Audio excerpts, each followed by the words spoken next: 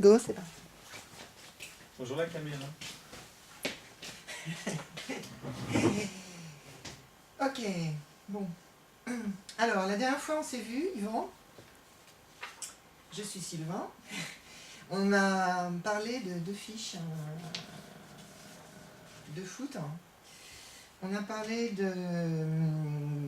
du football positif qui requiert de l'argent et un public. Et on a donné des exemples de dysfonctionnement de football.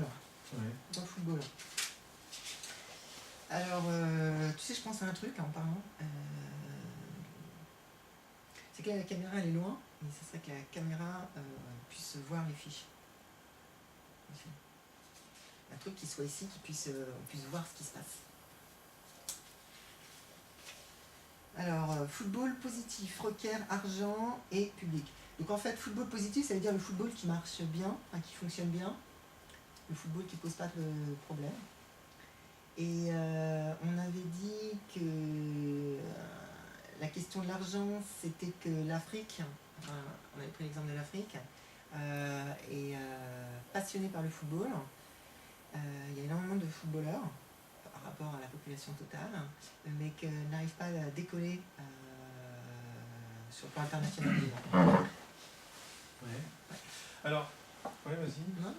Non, ce qui est intéressant, c'est que ça me fait penser à un truc, c'est que d'un côté, tu as le football professionnel qui est totalement la suite de la richesse des nations, on va dire. Mais ce qui est intéressant aussi, c'est qu'au contraire, le foot amateur, c'est la chose la plus populaire qui soit.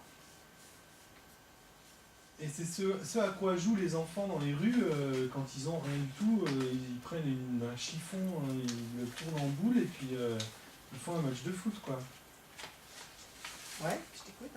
C'est-à-dire qu'en fait, il me semble vraiment qu'il y a d'un côté le football populaire. En fait, d'un côté le football populaire complètement adapté, on va dire, aux pays les plus pauvres, et ensuite ça se transforme pour que le football professionnel oublie complètement tout ce schéma-là et que les pays les plus pauvres qui sortent les meilleurs footballeurs intrinsèquement, les plus techniques, les plus endurants, etc., qui ont joué dans la rue, ne soient pas,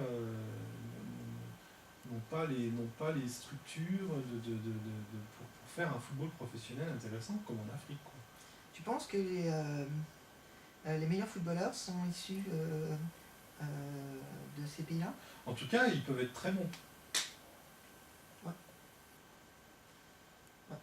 Ce que je veux dire, c'est que dans les pays comme ça où le foot est populaire dans la rue, les gamins ils commencent très tôt, ils jouent dans des conditions qui sont déplorables, donc en fait ils arrivent à avoir une technique de pied, une technique individuelle très forte, et en fait après, au fur et à mesure que ça se professionnalise, que les gens grandissent, en fait, ces pays-là n'ont pas un débouché professionnel de cette activité. Je sais pas si... Exactement, c'est un entonnoir. Et d'ailleurs, si tu, moi je le vois pas ça comme un entonnoir qui... là, je fais partir en 10 000 directions. Quand tu regardes, tu vas voir que j'ai tapé Internet et j'ai vu les juniors, les cadets, les meilleurs. C'est des trucs, t'as des pays africains, t'as des trucs. Oui, voilà. Et après, quand ils arrivent au pro, ils disparaissent. Voilà. Et donc le senior pro, c'est tous les grandes nations qu'on connaît, voilà, avec le Brésil. Voilà. Et ils n'arrivent pas à passer le... C'est assez bizarre. En fait, c'est tu viens de citer un pays intéressant, c'est le Brésil, c'est un peu un contre-exemple. Parce que d'un côté, c'est un football très populaire au départ, les gamins jouent dans les rues et tout ça. Et au niveau professionnel, ils sont tellement forts que le talent des mecs, ça... Un contre-exemple de ce que tu disais, c'est-à-dire ils arrivent oui, voilà. C'est ambigu, c'est vrai, mais en même temps, il y a un truc qui m'a moi toujours marqué, c'est que le Brésil, au niveau des clubs, tu avais l'Angleterre, qui pour les clubs Tottenham, ils ont des super clubs, en Europe on a des super clubs, alors que en fait, au Brésil, je pense, pas me tromper, mais je pense que les clubs européens sont plus forts que les clubs Oui. en Amérique. Oui. Et alors que l'équipe nationale brésilienne est très forte. Et le contre-exemple, l'opposé pour moi, c'était l'Espagne. Sauf que maintenant l'Espagne est super forte en équipe nationale, mais moi, quand je m'intéressais au football, l'Espagne ne gagnait jamais rien. Il y a encore l'Angleterre qui a gagné en 66, mais c'était pas... Et ils produisaient l'Espagne et l'Angleterre, étaient les deux pays, peut-être l'Italie, qui avaient des clubs incroyables, mais l'équipe nationale n'arrivait pas à décoller. Mais sinon, l'opposé, c'était le Brésil. Le Brésil et les clubs brésiliens ne sont pas comparables avec les clubs.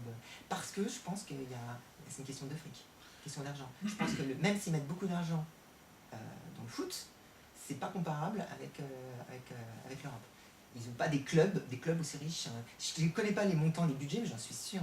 Je suis sûr que les budgets des clubs brésiliens ne sont pas comparables avec les budgets des pays européens. Oui, et puis, après, il y a peut-être d'autres dimensions qui rentrent en ligne de compte. Je sais pas. Alors, attends, est-ce qu'on revient, parce que ça... Groupe...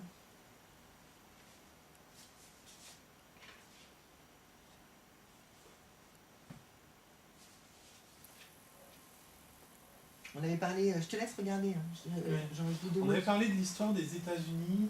Oui, ça c'était l'autre, c'est-à-dire que c'était le football, un bon football exige de l'argent et un public. Donc sur le plan de l'argent, j'ai pris l'exemple de l'Afrique. Sur le plan du public, on avait pris l'exemple des États-Unis. Voilà. Donc ça c'était l'autre volet.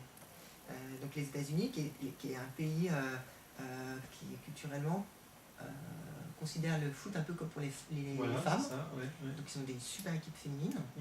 Et c'est pas le cas ici en Europe. Le foot est hyper et très prégnant. Et c'est intéressant de voir l'histoire du foot.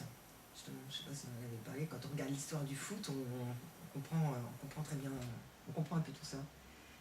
La question du public, elle est vraiment super importante.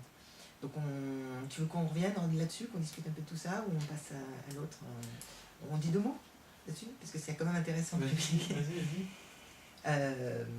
Alors la question du public, c'était le fait que dès qu'on est enfant, on suit les compétitions, on est évidemment surpris de voir que les équipes que tu reçois gagnent plus souvent que les équipes qui jouent à l'extérieur. Donc il se passe quelque chose. Il y a une loi, on découvre une loi très vite, que la foule a son mot à dire. Donc ça, c'est pas un hasard, c'est que c'est réel, il se passe quelque chose. Et donc on avait parlé de ça, après on avait emboîté sur des questions philosophiques.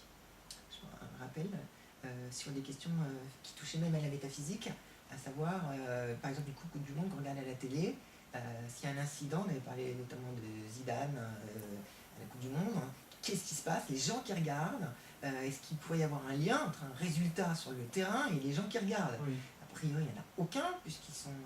et c'est la question donc, qu'on avait mis sur la table. On ne va pas reparler de tout ça peut-être aujourd'hui. On peut le faire. Et voilà. Tu as un petit mot à dire, parce qu'après on va passer à l'autre. On fait un test, oui, par ça se trouve, ça ne va pas fonctionner du tout, donc il faut recommencer. En fait, ce que je suis en train de me demander, c'est... Non, Marc, on peut peut-être le faire une fois qu'on a coupé. Non, le problème, c'est que là, par exemple, si on dit un truc comme tout ce qu'on vient de dire là, là, en l'état, c'est pas exploitable. Comment ça? Ce qu'on a dit là, ça, c'est exploitable. Mais ce qu'on a dit autour... Pour l'instant, c'est pas encore exploitable. Là, c'est la vidéo. C'est-à-dire qu'il y a le texte, le résumé littéraire, il va juste approfondir, il va mettre sous forme de phrases, et il va donner l'exemple un peu plus approfondi des États-Unis. La vidéo, c'est pourquoi la vidéo, c'est par exemple le lien. Tu vas voir un lien. Tu vois, là, on parle de cette fiche, lien vidéo. De notre discussion. Bien sûr. Excellent. Moi, j'avais pas compris ça comme ça. C'est ce qu'on avait dit. C'est ce que j'avais compris, moi, en fait. C'était que la vidéo permettait ensuite, en la relisant, de fabriquer un texte. De fabriquer le texte, quoi. Ah, ok. Voilà. Non, c'est bien sûr. Elle va nous aider pour fabriquer le texte, heureusement. D'accord. Et surtout pour le mec D'accord. qui regarde tout ce qui se passe. Ouais. Et si je décide de dire, tiens, on va partir sur le foot les jeunes, qu'est-ce que c'est les jeunes et le foot? Et moi, je vais partir avec ma caméra et mon appareil photo, et mon mini-disque, et je vais aller voir les jeunes de but, je vais aller filmer un match, et je vais aller voir. Et, notamment, ce que j'aimerais bien, c'est rencontrer aussi, faire un petit journaliste, et rencontrer les personnes du monde du foot, qui peuvent être plus intéressantes que d'autres. Ou je pense qu'il y a des gens difficiles à rencontrer, d'autres qui sont plus faciles à rencontrer. Je pense que Dominique Rocheteau voudra peut-être me rencontrer. Et je pense que Cristiano Ronaldo ne voudra pas.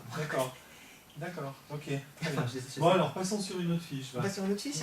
Donc footballeur. Alors donc la deuxième fiche, c'était les exemples de choses qui ne vont pas dans le foot, pour parler simplement. Donc il y avait l'exemple, le premier c'était les joueurs trop jeunes. On avait donné l'exemple de Maradona. D'ailleurs tu devais montrer un match, c'est un peu Oui, je crois c'est vrai, que t'as parce que j'y repense souvent. D'ailleurs monsieur Diego Maradona a fait parler de lui dans les